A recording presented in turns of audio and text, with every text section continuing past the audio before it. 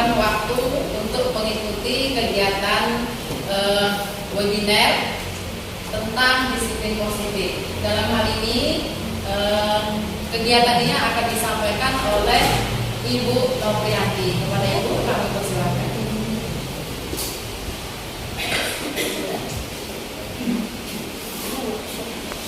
Selamat pagi Bapak Ibu sekalian. Apa kabarnya? Alhamdulillah kita semua selalu sehat. Baiklah, pagi hari ini sebelum kegiatan webinar kita mulai, marilah kita ucapkan puji syukur kepada Allah Subhanahu wa taala karena berkat rahmat dan hidayahnya jualah kita dapat dipertemukan di ruangan yang sangat kita banggakan ini. Dan tak lupa selawat dan salam kita kirimkan kepada Nabi besar Muhammad SAW, karena berkat perjuangan beliau kita umat manusia dari alam kebodohan, alam kejahilian menuju ke alam yang penuh kemodernan dan kemajuan yang kita nikmati untuk sekarang ini. Bapak Ibu sekalian, terima kasih banyak sudah meluangkan waktu kepada saya untuk dapat memberikan sebuah pengimbasan yang telah saya pelajari sebagai CGP selama ini. Jadi saya di sini berdiri bukan untuk menggurui Bapak Ibu, bukan saya untuk istilah mengajari Bapak Ibu. Sedikit saya agak selangkah dapat diberikan ilmu sebagai guru CGP. Dan untuk ilmu saya tersebut diwajibkan untuk mengimbaskannya kepada Bapak Ibu. Nah, baiklah, untuk tidak memperpanjang mukadimah, saya akan langsung kepada yang namanya kegiatan CGP saya. Ini adalah yang pertama. Di sini adalah PP saya, pendamping praktik saya, yang namanya Ibu Melisa. Yang ini adalah ibu fasilitator kami yang bernama Ibu Rahayu. Yang selanjutnya saya sendiri, yaitu Ibu Noprianti, sebagai salah satu peserta CGP dari Kabupaten Bungo Angkatan 5. Pak Arif, sebentar. Baiklah, untuk tidak memperpanjang mukadimah, saya akan langsung pada materi yang pertama, yaitu keyakinan kelas untuk membangun budaya positif di sekolah. Latar belakangnya saya membuat budaya positif di sekolah berupa keyakinan kelas, yaitu budaya positif adalah nilai-nilai keyakinan dan kebiasaan-kebiasaan yang berpihak kepada peserta didik agar dapat berkembang menjadi pribadi yang kritis, penuh hormat, bertanggung jawab.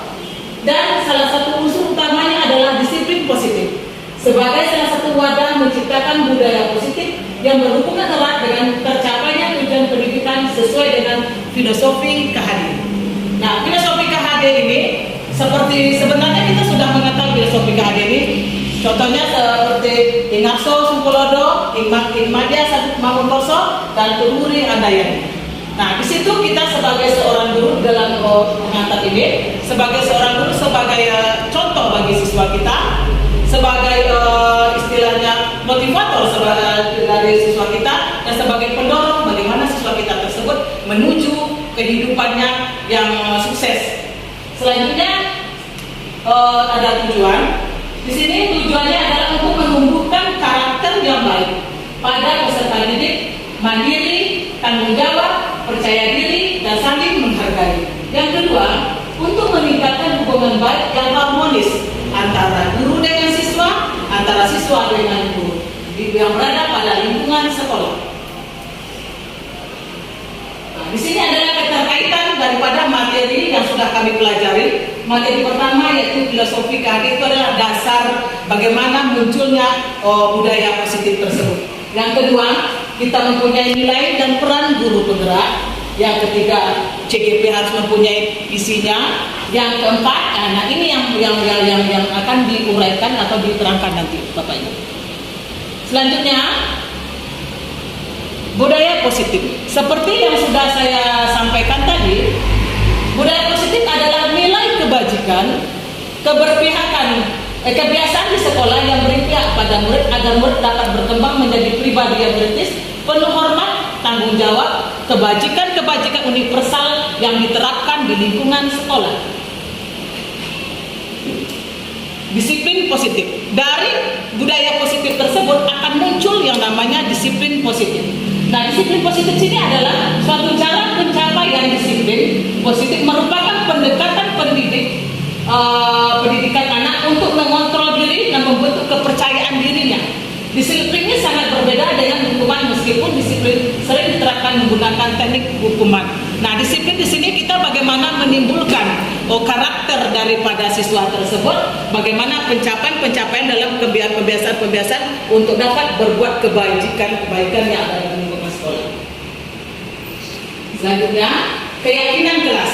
Dalam budaya positif itu salah satunya adalah yang akan kita terapkan di lingkungan sekolah kita, yaitu keyakinan kelas. Keyakinan kelas adalah berupa pernyataan-pernyataan universal yang dibuat dalam kalimat positif yang diterapkan di lingkungan sekolah. Nah, ini yang program ini yang dibuat oleh pemerintah dalam kurikulum Merdeka Belajar. Salah satu langkahnya adalah membuat keyakinan kelas.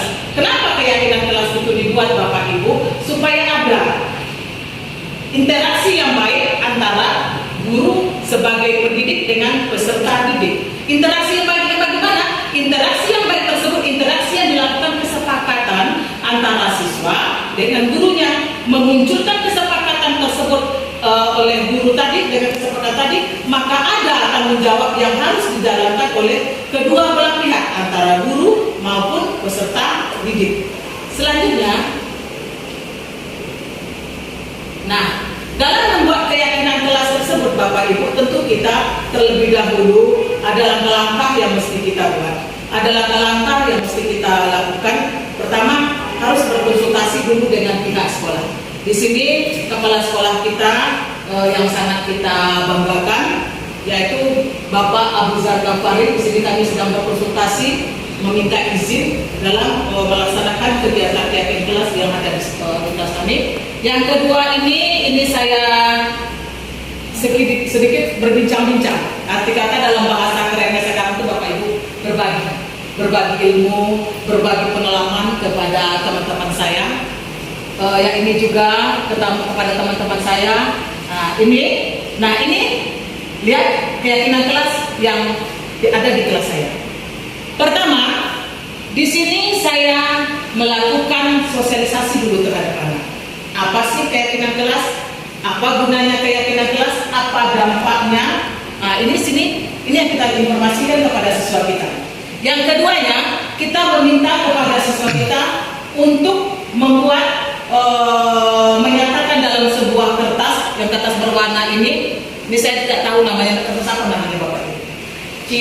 Kertas Cikinot. Nah, kertas ini menuangkan kekuatan dia yang ada dalam dirinya. Apa kekuatan yang ada dalam dirinya? Lalu dia juga menuangkan kepada kertas lembar yang lain apa kelemahan yang ada dirinya. Nah, ini mereka sudah dalam menulis ini. Kenapa? Ini ada sebuah positif yang dapat kita lakukan, yang kita munculkan. Kenapa sih anak bisa berani itu mengungkapkan kekuatan dia? Nah, itu trik yang mesti dilakukan oleh seorang guru. Bagaimana trik-trik yang kita lakukan kepada murid agar murid itu dapat mengungkapkan, mau dia mengungkapkan kekuatan potensi, atau bisa dikatakan kalau sekarang ini namanya kompetensi yang ada dalam diri dia. Nah, dia mau, nah itu yang nilai positifnya itu Bapak Ibu. Anak sudah berani, sudah mau mengungkapkan kelebihannya. Nah, setelah anak mengungkapkan tadi, lalu anak menempelkan ke papan tulis. Ada kelebihan, ada kekurangan, atau ada potensinya, ada kelemahannya. Nah, ini anak menulis. Yang kedua, setelah penulisan ini, maka kita maka kita bersama anak melakukan kesepakatan, menyimpulkan dari kelemahan-kelemahan, dari kekuatan-kekuatan yang ada pada diri siswa, maka kita menyimpulkan ini Bapak Ibu. Nah, ini yang akan dijadikan sebuah keyakinan kelas. Hasil kesimpulan dari anak tadi bersama guru, ini yang menjadikan keyakinan kelas. Setelah disepakati dengan keyakinan kelas ini, tentu kita harus melihat terlebih dahulu bahasa yang kita pakai. Bahasa tersebut jangan berbentuk bahasa itu peraturan. Nah, jadi bahasa itu kita arahkan kepada bahasa yang positif, bahasa yang memotivasi siswa tersebut mau melakukan apa yang ada di dalam keyakinan kelas bersama tadi. Jadi bahasanya harus bahasa mengajak, bahasa yang manis, bahasa yang enak didengar. Nah, yang selanjutnya, setelah ini adanya kesepakatan, maka Bapak Ibu kita melakukan adanya istilahnya ke pernyataan real.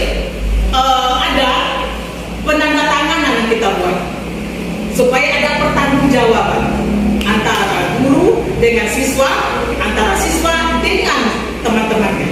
Maka ini harus dibuat dulu supaya mereka dapat bertanggung jawab. Ada keterikatan di situ yang harus mereka ketahui. Dan selanjutnya, nah baru kita dari keyakinan kelas yang sudah disepakati tadi sudah ditandatangani oleh seluruh anggota kelas, maka kita munculkan keyakinan kelas di sini. Nah, keyakinan kelas di sini, Bapak Ibu, itu tidak kita tempelkan kepada yang tidak nampak atau kepada dinding yang tidak nampak. Kita tempelkan kepada dinding yang bisa nampak oleh anggota kelas seluruhnya.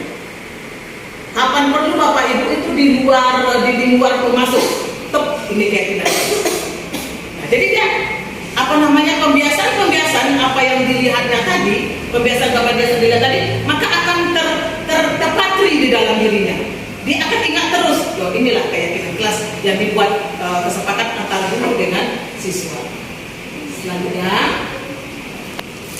membuat keyakinan kelas tersebut ada langkah-langkah atau poin-poin yang harus kita cermati. Pertama di sini nilai disiplin akan melahirkan nilai-nilai kebajikan. Pertama, nilai kebajikan ini berpandangan kepada yang namanya profil Pancasila. Karena pemerintah dalam program kita ini Bapak Ibu dalam Merdeka Belajar ini memunculkan bagaimana pelajar tersebut berprofil Pancasila, bagaimana dia berkarakter Pancasila. Nah, itu yang harus dimunculkan.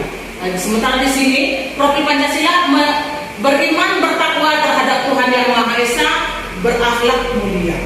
Berarti setiap manusia tersebut yang berada di kelas tersebut adalah orang yang berpunya ketuhanan. Berarti dia melakukan kegiatan sesuai dengan aturan-aturan yang diperintahkan oleh agamanya masing-masing. Aturan-aturan agama tersebut, kenapa berketuhanan Yang Maha Esa? Karena aturan-aturan dalam agama tersebut itu adalah aturan yang positif. Maka diambil yang pertama sekali adalah manusia itu harus bertakwa terhadap Tuhan Yang Maha Esa. Yang kedua, dengan adanya dia menerapkan aturan-aturan dalam agamanya, akidah dalam agamanya, peraturan-peraturan dalam agamanya, maka anak tersebut akan tercipta mempunyai pribadi yang berakhlak mulia.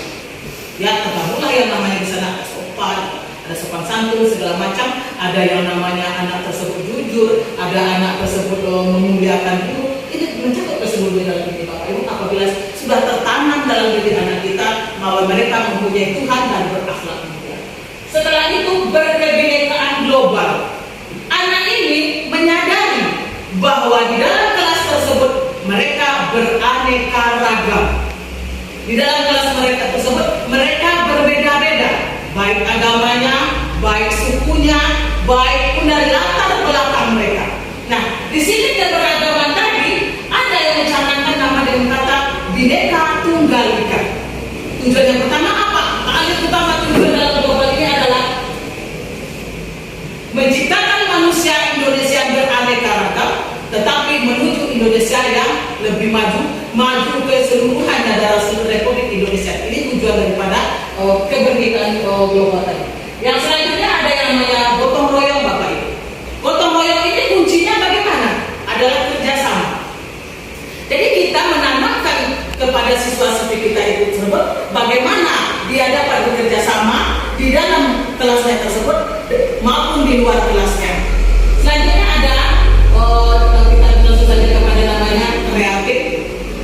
Kreatif itu berarti anak ini bisa istilahnya dapat membuat sebuah ide-ide, mencanangkan ide-ide, diterapkan ide-ide tersebut secara baik. Jadi contohnya seperti ini, dalam belajar misalnya anak-anak tersebut dapat memberikan sebuah sikap yang dapat memancing teman-temannya untuk lebih bertanggung jawab. Nah, itu salah satu ide yang kreatif dan ada namanya sebetulnya bernalar kritis. Selanjutnya Bapak Ibu, 3. Yang selanjutnya Bapak Ibu, 5 kebutuhan dasar manusia. 1 kebutuhan untuk bertahan hidup. 5 kebutuhan dasar manusia ini kalau kita umpamakan kepada siswa, 1 kebutuhan untuk bertahan hidup. Seorang guru harus mengetahui apakah kebutuhan dasar pertama ini sudah terpenuhi oleh anak tersebut. Apa kebutuhan dasar? Yaitu kebutuhan primernya. Ada 1 kebutuhan sandang, pangan, dan papannya. Nah, kita sebagai guru harus mengetahui, bukan berarti kita yang memenuhi kebutuhan dasar anak tersebut, kita hanya mendapatkan informasi, oh anak ini seperti ini, oh anak ini seperti ini. Jadi kita dapat melakukan sebuah pendekatan kepada siswa tersebut dengan cara tadi mengambil informasi-informasi yang ada pada siswa. Nah, selanjutnya cinta kasih. Nah, anak ini, siswa ini atau peserta didik ini, Bapak Ibu, ini adalah kebutuhan dasar yang mesti dipenuhi di rumahnya, sekolah. Kenapa di sini? Karena anak kalau adanya cinta kasih di ini, adanya kasih sayang guru terhadap siswanya, maka anak itu tersebut Bapak Ibu dia merasa diakui, bahwa merasa dia ada, bahwa dia merasa keberadaannya ada. Karena rangkulan yang diberikan oleh guru terhadap siswa tersebut membuat siswa tersebut menjadi lebih care kepada kita, lebih terbuka dia kepada kita Bapak Ibu, bahwa dia merasa gurunya tadi atau kita sebagai pendidik lebih dekat kepada dirinya. Selanjutnya adalah kebebasan. Kebebasan di sini seorang siswa memang diberikan sebuah kebebasan di dalam menikmati atau mengikuti kegiatan proses pembelajaran. Kebebasan dalam arti kata ada aturan-aturannya.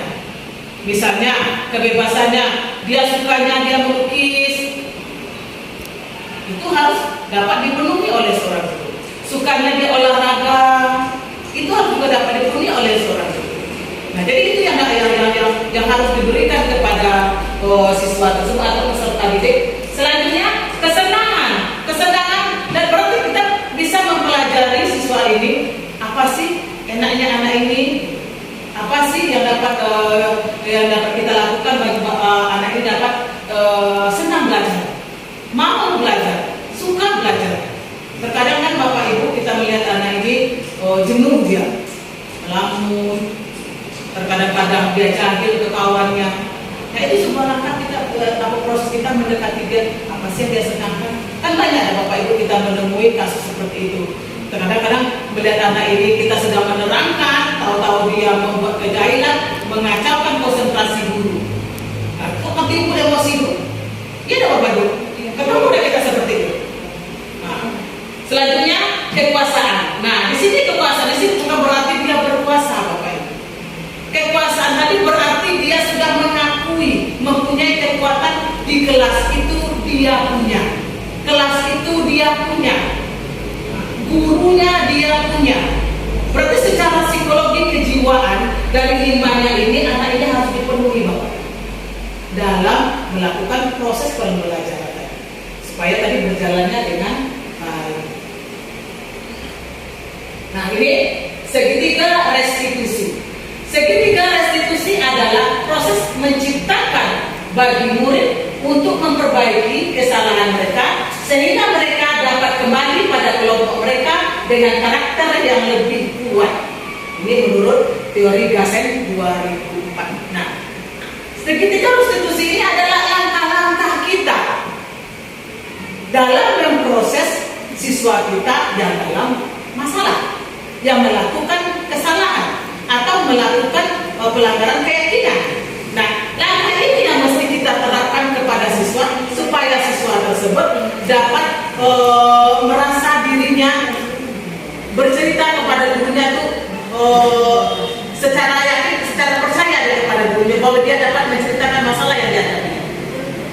tentunya. Nah, dalam segitiga ini Bapak Ibu, ada yang namanya menstabilkan identitas. Menstabilkan identitas, guru harus dapat meyakinkan kepada siswa dengan permasalahan, dengan mengucapkan kalimat yang memancing anak tersebut mau bercerita kepada kita. Nah, contohnya, ada tak Bapak Ibu mengalami atau melihat kejadian bahwa anak ada melanggar keyakinan kelas yang dibuat? Ada tak Bapak Ibu? Contohnya apa? Terlambat masuk ke sekolah. Nah, terlambat masuk sekolah. Dari terlambat masuk sekolah tadi Bapak Ibu, bagaimana cara kita biasa melakukannya? Bertanya. Apa yang ditanyakan Ibu Mimi? Kenapa alasan dia terlambat? Kenapa apa sebab dia terlambat? Kenapa alasan dia terlambat? Nah, itu merupakan salah satu masuk kepada namanya restitusi, segitiga restitusi. Tetapi ada lagi, kita sebagai pendidik ini mengutamakan peraturan tadi. Nah, contohnya misalnya ada ibu yang sekolah misalnya, dia sedang ada di di gerbang sekolah, atau anak masuk dengan caranya bebas begitu Bapak. Itu kita ada sebagai guru ini merasa tidak dihargai. Kita kan berdiri di gerbang sekolah tuh. Dengan emosinya kita akan bertanya, kenapa telat? Tidak tahu jam berapa hari ini. Kamu tahu konsekuensinya? Pasti kayak gitu Bapak Ibu. Nah, ada tuh guru seperti itu. Nah, itu sebenarnya tidak boleh dipakai, diterapkan kepada anak. Apabila itu kita lakukan, tentu dia merasa malu dan apalagi dekat gerbang sekolah, ada guru lain, ada teman-temannya, merasa dipermalukan tak siswa kita tuh Bapak Ibu?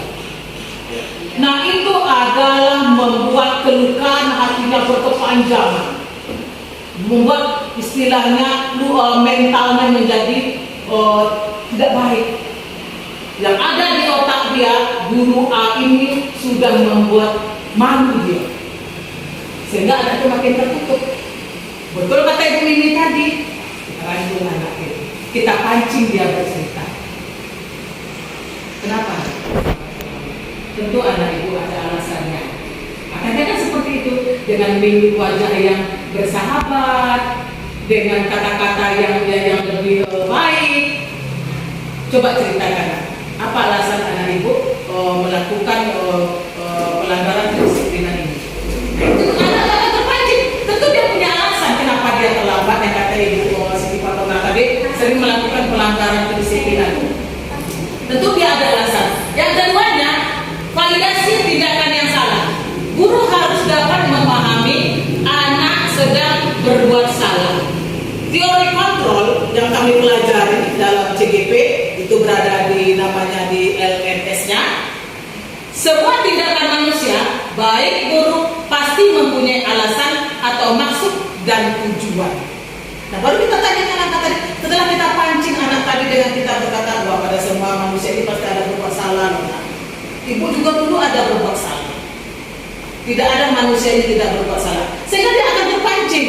Kenapa sih dia sampai melakukan pelanggaran? Dia akan mau bercerita ke Bapak Ibu. Jadi di sini memang kita diutamakan sebagai guru ini memang harus merangkul, menuntut supaya siswa ini mau berkembang sesuai dengan kodratnya. Yang selanjutnya ada menanyakan keyakinan. Nah, di sini teori kontrol mengatakan bahwa kita pada dasarnya termotivasi secara internal dan bertanggung jawab terhadap pilihan melalui segitiga restitusi dapat mewujudkan anak didik kita yang merdeka. Nah, di sini kita setelah kita mengetahui permasalahan anak, mengetahui alasan anak, lalu kita memberikan motivasi kepada anak tersebut. Sama dengan kita memberikan refleksinya. Jadi setelah kamu bisa kata seperti ini, setelah kamu mengetahui kesalahan anak, kedepannya bagaimana? Apa yang dapat kamu lakukan? Itu kita nanti bisa dengan gaya kita, kan kita sudah melakukan keyakinan kelas, sudah paham dengan keyakinan kelas. Di mana yang dilanggar dana? Lalu kita memberikan refleksi motivasinya, Pak. bahwa kalau dia melakukan pelanggaran ini, resikonya akan seperti ini.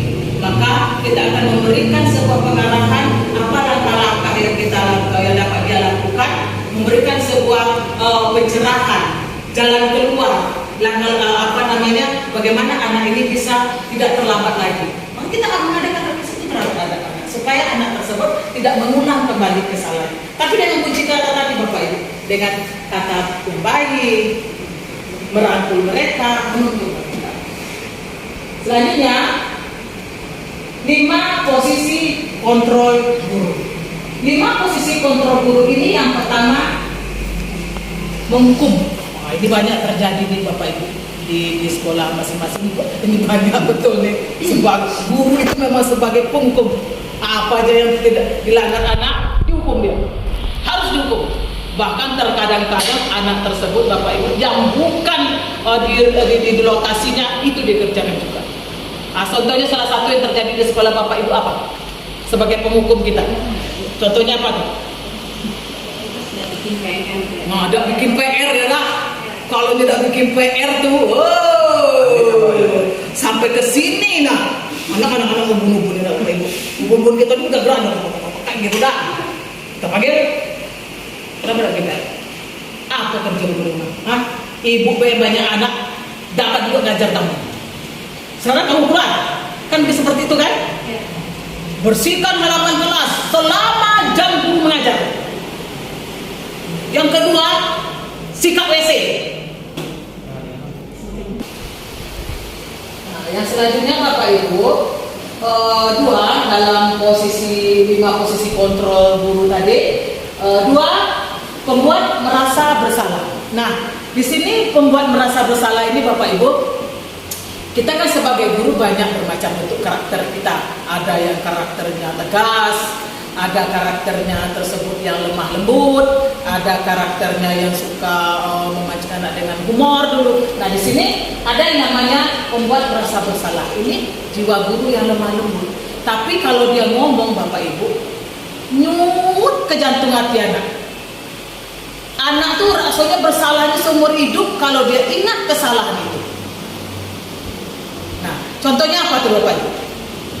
Kalau anak sedang bermasalah, tapi kita melakukan sebuah teguran tadi dengan lembah lembut, tapi bahasanya tersebut Bapak Ibu menyelenong ke hati anak. Nah, pasti apa? Coba, pasti ada terjadi nih kepada Bapak Ibu sekalian. Nah, coba. Kamu nggak kasihan ya sama ibu? Itu di situ. Kamu nggak kasihan ya sama ibu? Kamu nggak kasihan ya sama ibu? Tiap hari bikin masalah. Tiap hari bikin masalah. Ibu dipanggil kepala sekolah gara-gara kamu loh. Kita lembut ngomongnya, tapi dia merasakan membuat beban kepada gurunya, membuat masalah kepada gurunya. Dengan cara seperti itu Bapak Ibu juga kita sudah sedikit memberikan sebuah rasa bersalah yang sangat besar kepada anak. Ini juga tidaklah di posisi yang baik kita. Contohnya seperti ini juga. Kalau kita sedang mengajar, kita kan sedang sering tuh ada waktu kita arti kata dalam mengajar tuh ada lagi pekerjaan kita yang tidak dapat kita tinggalkan. Lalu kita minta izin sama anak.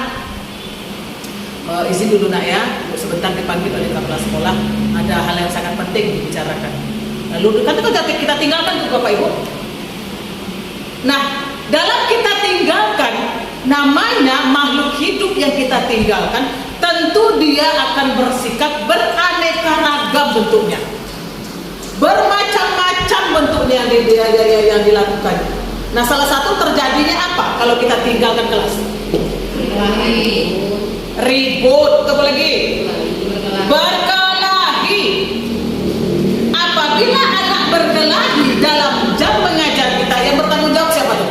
Guru yang mengajar di kelas tersebut. Itu pasti pernah terjadi terhadap kelas kita. Jalurnya nanti, urusannya nanti gimana kalau anak sudah berkelahi? Tentu kita akan dibicarakan oleh teman sejawat kita. Ada nggak rasa apa kita kita rasa nggak enak tuh Bapak Ibu. Nah, pelampiasan rasa nggak enak kita tadi kepada siapa kita lampiaskan? Kepada siswa Bapak Ibu. Tapi dapatnya guru yang mengajar tadi kebetulan dia memang lemah lembut. Cara dia menegur anak tadi lembut tetapi berbekas kepada anak. Kamu sudah berhasil ya nak, mempermalukan ibu di kantor. Kamu sudah berhasil, ibu ditegur karena kesalahan kamu, ibu dipanggil ke kelas. Nah itu Bapak Ibu akan berkesan, berbekas dia sampai seumur hidupnya.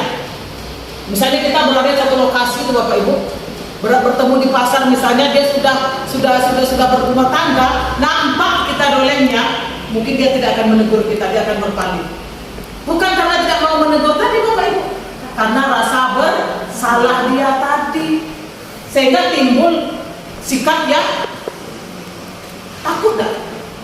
Nah, itu tidak boleh disebut.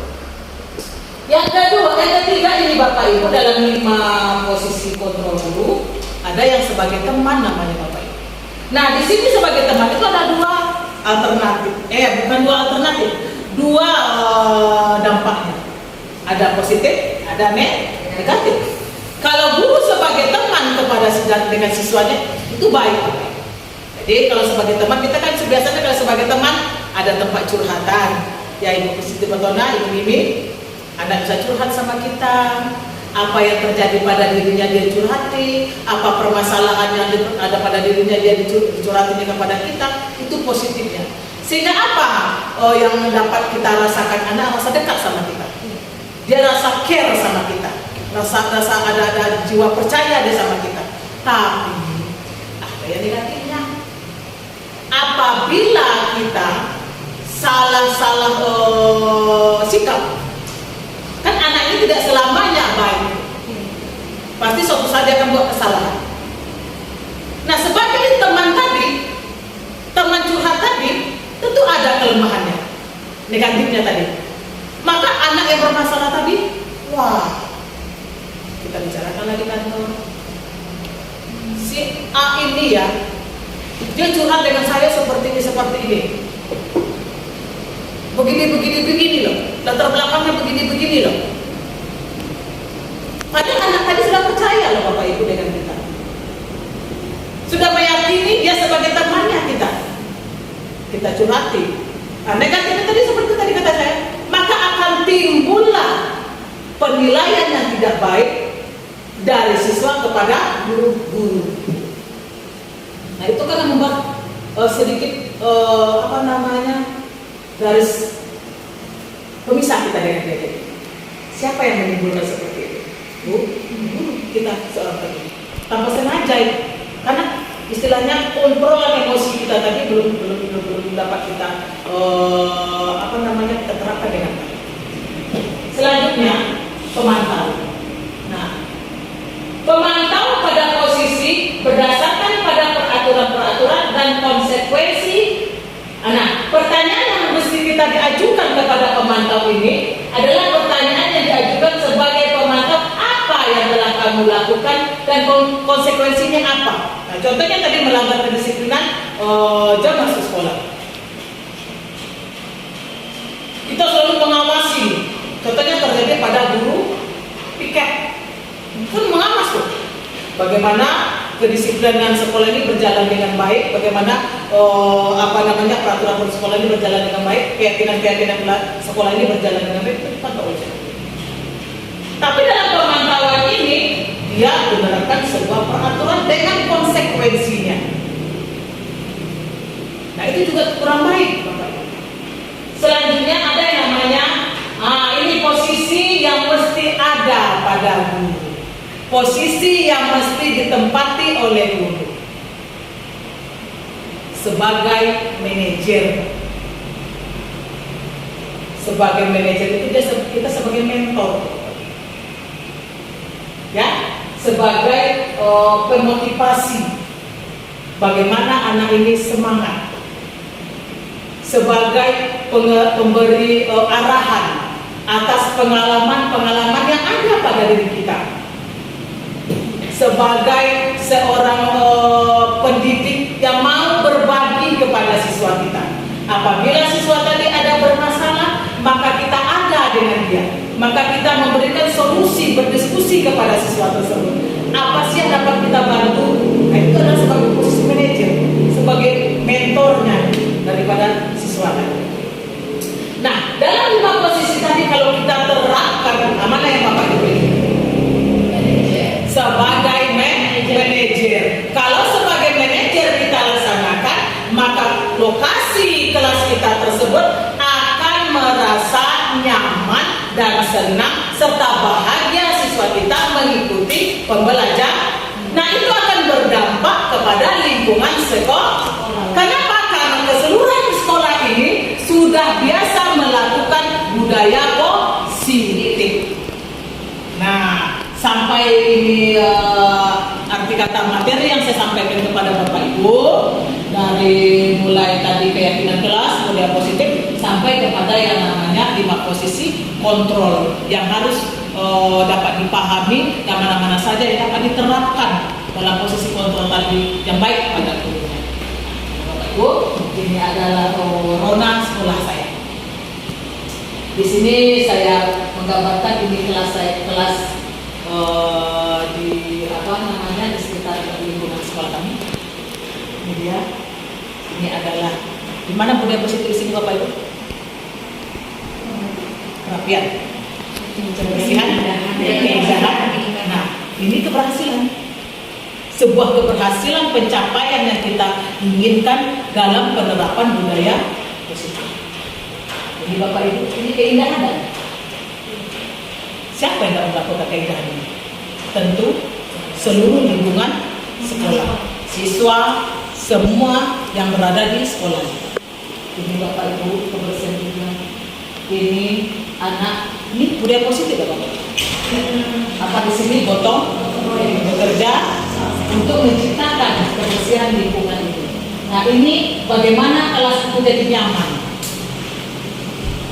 senang anak belajar. Maka kita sebagai guru dapat menciptakan kreasi-kreasi, dapat menimbulkan inovasi-inovasi bagaimana siswa ini mau belajar dengan tempat yang nyaman, tempat yang mengasihkan bagi dia, tempat dia bisa bergembira, bersenda gurau. Tempat itu menjadi jati diri dia, bahwa dia di kelas itu mempunyai andil. Nah, itu yang mesti kita capai sebagai seorang guru. Kuncinya tadi apa? Ada interaksi yang baik antara guru dengan siswa tadi. Nah, Bapak Ibu, sudah saya tayangkan seluruhnya materi yang pernah saya pelajari di dalam CIP. Sekarang Bapak Ibu dapat memahami daripada materi tersebut. Kalau seandainya Bapak Ibu belum paham, silakan bertanya apa yang dapat saya bantu dari pengetahuan dari Bapak Ibu. Dan silakan Bapak Ibu bertanya atas materi yang sudah saya sampaikan tadi. Semoga nanti bisa saya jawab. Silakan Bapak Ibu Rami ya. Baik, Assalamualaikum warahmatullahi wabarakatuh. Terima kasih atas waktunya yang diberikan oleh Ibu Noprianti. Yang ingin saya tanyakan adalah, kita sebagai pendidik itu kan banyak kita temukan permasalahan siswa di sekolah gitu kan. Salah satunya siswa sering terlambat, malas mengerjakan tugas, sering keluar masuk ketika jam pelajaran. Nah, yang ingin saya tanyakan di sini adalah bagaimana cara kita sebagai seorang guru dalam mengatasi persoalan-persoalan yang dialami oleh siswa tersebut, yang sesuai atau yang berdasarkan dari segitiga restitusi tadi. Mungkin hanya itu pertanyaan saya. Assalamualaikum warahmatullahi wabarakatuh. Terima kasih kepada Ibu Rani. Tepuk tangan Ibu Rani dulu. Berarti Ibu Rani ada responnya dari materi yang saya sampaikan. Berarti pada saat saya menyampaikan, Ibu Rani ini langsung dia, karena dia kan guru BP, langsung ganggu. Ini yang mesti saya tanyakan.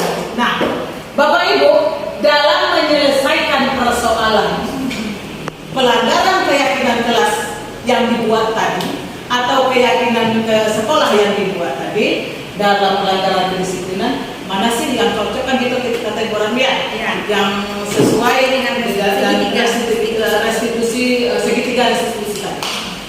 Segitiga restitusi tadi itu ada sebuah paket 1, 2, 3. Pertama di sini, nah, menstabilkan identitas. Permasalahan yang dihadapi anak tadi, tentu anak tadi itu merasa takut di Bapak. Kita kembalikan dulu dia. Kita kembalikan kepercayaannya kepada kita supaya dia mau menceritakan kenapa dia melanggar kedisiplinan tadi. Jadi menstabilkan identitas itu berarti apa? Menetralkan dia dulu. Dia sebagai seorang manusia, sebagai seorang murid atau sebagai seorang peserta didik, dirinya kita stabilkan dulu. Dengan cara apa bertanya tadi kata saya tadi? Dengan cara lemah lembut. Kita tanya apa, kenapa. Lalu kita yakinkan kepada dia bahwa dia sebagai manusia yang berbuat salah sama dengan manusia yang lain juga berbuat salah. Nah, kalau kita sudah ada memancing dia seperti itu Bapak Ibu, dia akan bercerita nanti kenapa dia terlambat, apa alasannya terlambat, sudah tahu apa tujuan dia terlambat. Pasti dia akan terbuka sama kita kalau kita sudah menempatkan diri kita, posisi kita sama dengan dia.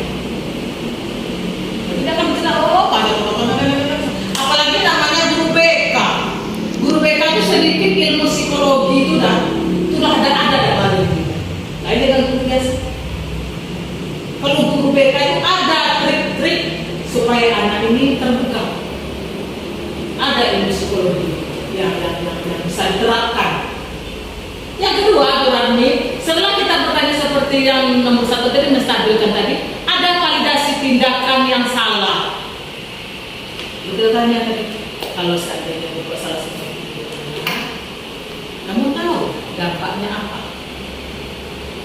Pastikan ada permasalahan yang akan kamu dapati dari kesalahan yang ada juga. Pasti dia akan jawab, apa kesalahan itu? Apa kesalahan yang dapat yang permasalahan yang akan dapat oleh kita? Awal wajib dan cuek sama Allah. Nah itu tuh, guru itu yang apa tuh sering dengan Allah. Musik A, musik B, musik C, kayak gitu tuh. Karena dia sudah terbuka tadi. Nah, dan selanjutnya, lalu kita menanyakan. Nah, disinilah Ibu Radmi kita adakan refleksinya untuk membangkitkan semangat siswa tadi. Supaya apa tadi? Kenapa kita perlu membangkitkan semangat siswa? Supaya dia yakin kembali ke kelompoknya dengan harga diri dalam yang lebih tinggi, dengan keyakinan dia, dengan rasa percaya diri dia, dengan semangat kembali dia kepada kelompoknya. Karena dia merasa diterima. Kalau langkah restitusi ini kita lakukan dengan melaksanakan jalan restitusi ini kepada siswa, insya Allah siswa akan lebih dekat sama kita, siswa akan lebih termotivasi, lebih ingat bahwa sesuatu yang dilakukan pasti ada permasalahan. Nah, bagaimana Ibu atau yang lainnya? Yang lainnya masih ingin bertanya tentang persoalan langkah restitusi ini? Ayo, Bu Mimi nampaknya nih? Iya. Belum. Nah, siapa? Ya. Assalamualaikum warahmatullahi wabarakatuh. Waalaikumsalam warahmatullahi wabarakatuh. Terima kasih atas waktu yang sudah diberikan oleh Bu Nopi. Yang ingin saya tanyakan di sini adalah jika ada salah satu anak yang memang dia jarang datang ke sekolah, sering tidak hadir apa, tapi anak ini memang tidak mau sama sekali sekolah lagi, kan ada yang seperti itu. Jadi kita sebagai guru apa yang harus kita lakukan sebagai seorang guru cara mengatasi masalah yang tidak dapat diatasi?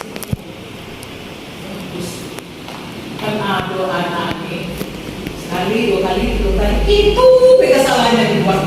Ibarat kata orang malah mendarah daging keenaan melanggar kedisiplinan.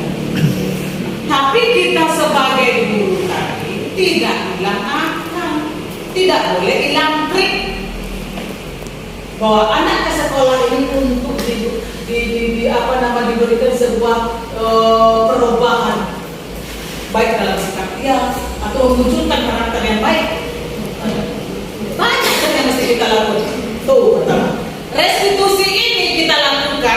Salah satunya adalah langkah-langkahnya, trik-triknya tadi.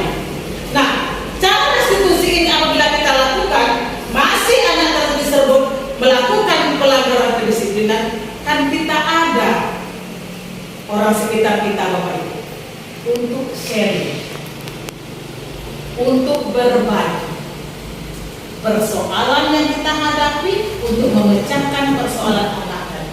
Itu yang pertama. Ada guru wali kelasnya, ada guru BP-nya.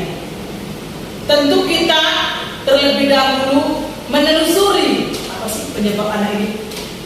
Dapat kita carikan informasi salah satunya dengan siapa? BP, dengan teman-temannya. Selanjutnya dengan orang tua. Betul Ibu Siti. Kita mengorek informasi tentang jati diri anak ini bagaimana.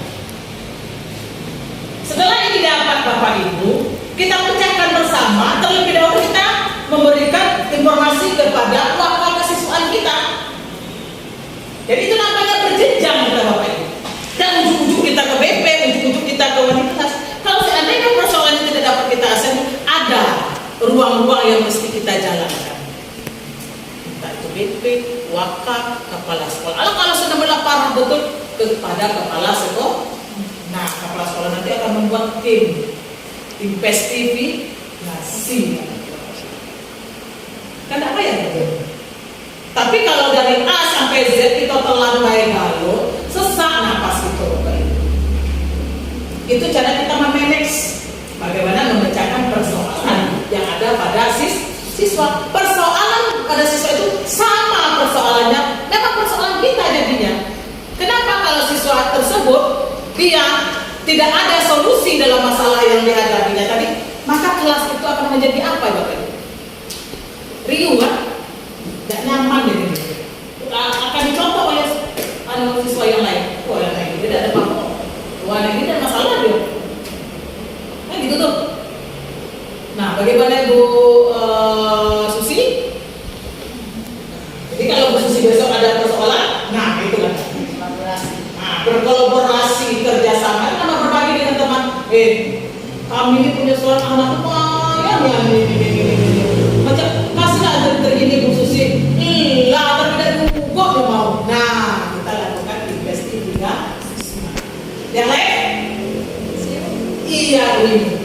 Ya, di sini saya kenal dulu, nama saya Bu Yumianti, guru mata pelajaran bahasa Indonesia, mengajar di kelas 8. Yang ingin saya sampaikan, terima kasih untuk Bu Novi telah menyampaikan materi pada hari ini untuk kami, ya sebagai bahan informasi juga untuk kami dalam proses pembelajaran berikutnya. Yang saya ingin tanyakan, tadi Ibu telah menyampaikan ada 5 kontrol posisi guru. Yang dari yang pertama tadi ada penghukum, kemudian pembuat merasa bersalah, kemudian guru sebagai teman. Yang keempat itu ada pemantau, dan terakhir guru sebagai manajer. Yang saya mau tanya di sini, bagaimana kita sebagai seorang guru mengimplementasikan kelima kontrol itu terhadap siswa? Bagaimana kita mengimplementasikan kelima kontrol ini terhadap siswa? Nah, kita kembali tadi 5 kontrol. Nah, posisi kontrol guru. Dalam 5 posisi kontrol guru ini Bapak Ibu, kita lihat ada positif, ada negatif yang mana? Ada manajer. Bagaimana kita mengimplementasikan? Berarti bagaimana kita menerapkan kepada siswa kita tadi? Kita menerapkan kepada siswa bukan siswa yang bermasalah saja Bapak Ibu. Kita menerapkan posisi manajer tadi dalam setiap tingkah laku, sikap kita dalam istilahnya bukan saja dalam proses pembelajaran, tapi dalam setiap tindakan kita yang ada di sekolah. Maka akan tergambar hal-hal positif, akan keluar hal-hal positif dalam diri kita apabila kita menerapkan posisi manajer. Caranya, jadi sikap kita sebagai istilahnya orang yang sudah berpengalaman dari siswa tadi. Kita mengadakan pendekatan, bagaimana siswa tadi itu mau terbuka, bagaimana siswa itu ada interaksi baik dengan kita. Lalu kita menempatkan diri kita ini sama dengan dia. Jangan kita sebagai guru masuk, ibu guru, ada guru seperti itu, takut berdiri dengan dia. Baru berdiri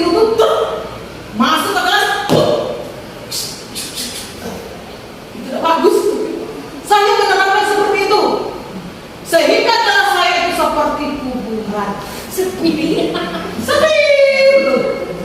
Anak aku nggak. Aku udah semuanya. Tapi masa yang Udah, tetapi setelah saya mendapatkan 5 posisi kontrol guru, wah benar nih, dunia ini makin lama nih harus makin maju, pendekatan kita harus jauh dong, kayak gitu.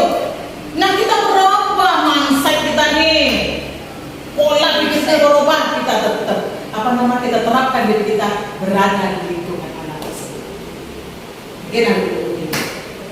Sehingga nanti kan berdiri kamu anak atau terbuka ini apa seperti itu, jangan kadang-kadang bermanja-manja. Tetapi dalam bermanja-manja tersebut ketegasan mesti nampak karena kita seorang guru. Nah, jangan guru kita berubah jangan kayak gitu. Tetap kita guru, ya sih. Cuman penerapan sikap kita tadi 5 kontrol dulu itu mesti kita lihat. Maka kadang-kadang memang bisa sebagai teman, terkadang-kadang memang bisa sebagai pemantau gitu. Tapi yang paling banyak mesti kita terapkan adalah di bagian manajer. Nah, silakan lagi yang lain. Ada pertanyaan lain?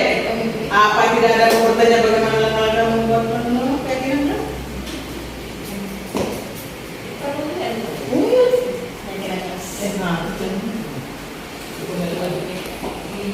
Berita? Ya, boleh. Assalamualaikum warahmatullahi wabarakatuh. Waalaikumsalam warahmatullahi Terima kasih wabarakatuh. waktu yang akan diberikan kepada saya, kepada Bu Ropi sebagai calon CGP, calon guru penggerak. Terima kasih juga atas wawasannya Ibu yang menambah Ropi sebagai guru-guru untuk bermotivasi lagi untuk mengajar. Di sini saya mau nanya nih Bu. Ini kan kan Ibu menyampaikan materi tentang keyakinan kelas. Ya. Nah, keyakinan kelas itu kan kesepakatan kita sebagai seorang guru dan anak, terutama kita sebagai wali kelas kepada anak kita. Iya. Nah, sekarang saya mau tanya nih Bu. Jadi kan kalau kita berkeyakinan kelas tuh, Yo. itu kan kesepakatan kita dengan anak. Anak itu yang bersepakat, misalkan contohnya datang tepat waktu, piket tidak bisa terlambat, gitu kan. Nah, itu yang kejadian itu supaya kesepakatan kelas itu bisa berjalan sesuai dengan keinginan kita itu kayak gimana? Berarti yang kita ini menanyakan apa sih trik-triknya Bu? Ini kok kan teori Pak ini. Belum tentu penerapannya macam mana. Kan kayak gitu tuh. Gitu Bu. Kita buat capek-capek, tidak diterapkan. Nah, sepanjang itu sampai 10 poin, itu tidak terapkan. Nah, diterapkan. Apa ya? Dari 4 materi tadi Bapak Ibu. Itu ada ilmu. Sebelum keyakinan kelas itu diterapkan oleh anak, kita contohnya dulu kontrol keberadaan kita. Ya? Bagaimana kita mengontrol keberadaan kita? Kita laksanakan 5 keyakinan tadi atau 6 keyakinan yang dibuat atau 7 keyakinan tadi. Sebagai guru kita, untuk mengontrol anak tadi, kita tetap ada kontrolan. Sebagai wali kelas Bapak Ibu, kita kan wali kelas semua. Datang dari rumah berniat ingin membimbing, menuntun siswa kita supaya dia sukses sampai ke tujuan. Kan begitu loh? Jangan pernah kita lakukan Bapak Ibu sebagai wali kelas, kita datang dari rumah duduk di kantor kita dan melakukan apa-apa. Karena dibuat tuh kayak gini kelas tambah ukuran itu. Jangan dibuat prinsip seperti itu. Kita untuk menerapkan keyakinan kelas itu tidak hanya anak. Kita sebagai seorang guru, sebagai seorang pendidik, kita juga berada di situ karena kesepakatan tadi yang sudah ditandatangani. Guru juga ikut menandatangani untuk melaksanakan keyakinan kelas itu dengan baik. Jadi, contoh seperti ini, buanglah sampah pada tempat, kan gitu. Keindahan itu akan timbul kenyamanan, kan gitu. Tapi kita sebagai guru tidak masuk ke dalam itu, hanya anak kita suruh. Jadi kita kontrol diri kita. Harus kita berkaca pada diri kita dulu. Introspeksi diri kita. Kesalahan anak bukan saja kesalahan dia. Timbul kesalahan anak karena ada peluang yang diberikan guru. Betul atau tidak? Betul. Jadi sebagai wali kelas datang taruh tas, kalau menurut saya taruh tas kontrol. apa sih yang mau dikontrol? Itu yang 6 atau 7 kepala materi keyakinan dasar. Itu di sana. Supaya ada interaksi. Kalau kita sudah dekat dengan anak, Bapak Ibu, sebulan, 2 bulan, 3 bulan, 4 bulan itu dia akan terlaksana sendiri. Itu terkait kita lakukan terhadap diri kita sendiri. Anak kurang, anak salah, anak tidak naik, bukan hanya kesalahan dia, tapi juga kesalahan kita. Nah, makanya guru itu harus pandai-pandai. Kalau kita paling menerapkan dari keyakinan dasar itu, lakukan pengontrolan. Makanya mental seperti itu. Dan yang lain lagi Bapak Ibu? Ada yang lain? Tapi sebenarnya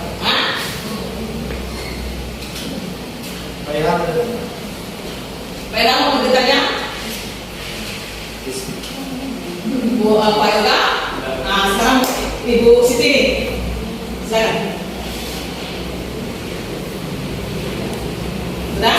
Nah, demikianlah Bapak Ibu, terima kasih atas perhatiannya. Saya kembalikan kepada moderator saya. Assalamualaikum warahmatullahi wabarakatuh.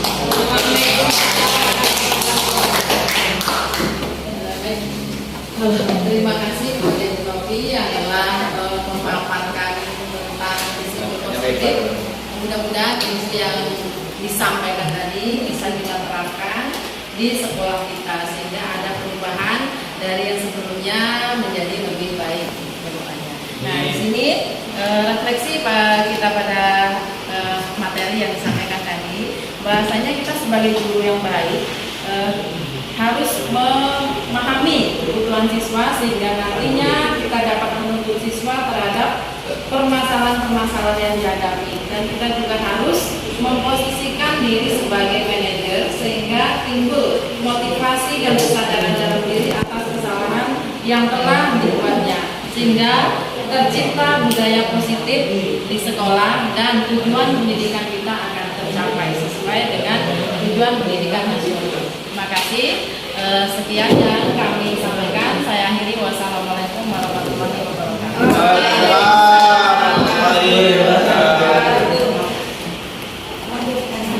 Perubahannya yang ke arah disiplin di situ. Wassalamualaikum warahmatullahi wabarakatuh. Assalamualaikum warahmatullahi wabarakatuh. Saya Ibu Mimiyanti dari SMP 4 Negeri Muarabungo selaku teman sejawat dari Ibu Nopriyanti sebagai calon guru CGP. Di sini saya belajar sebagai guru mata pelajaran Bahasa Indonesia di kelas 8. Kemarin kami telah ikut lakukan seminar yang diadakan oleh Ibu Nopriyanti mengenai nilai positif di lingkungan sekolah. Ada beberapa pertanyaan dari teman sejawat, dari mereka yang mau tahu menjadi tahu ya. Di sini saya mendapatkan sebuah ilmu, pengetahuan dan informasi yang cukup ya, dari sebelumnya tidak mengetahui sama sekali apa nilai-nilai positif yang terdapat dalam lingkungan sekolah itu. Dari itu apa yang Bu Novi sampaikan saya dapat mengimbaskannya ke lingkungan sekolah mengenai nilai-nilai positif tersebut termasuk di dalam kelas saya sebagai wali kelas. Nah, itulah nilai-nilai positif yang dapat kami ketahui dari yang belum tahu menjadi tahu sehingga kami sebagai guru mata pelajaran baik sebagai wali kelas dan teman sejawat dari Ibu Novi sebagai calon guru CGP dapat mengetahui apa yang Ibu Novi sampaikan. Itulah dari saya. Assalamualaikum warahmatullahi wabarakatuh.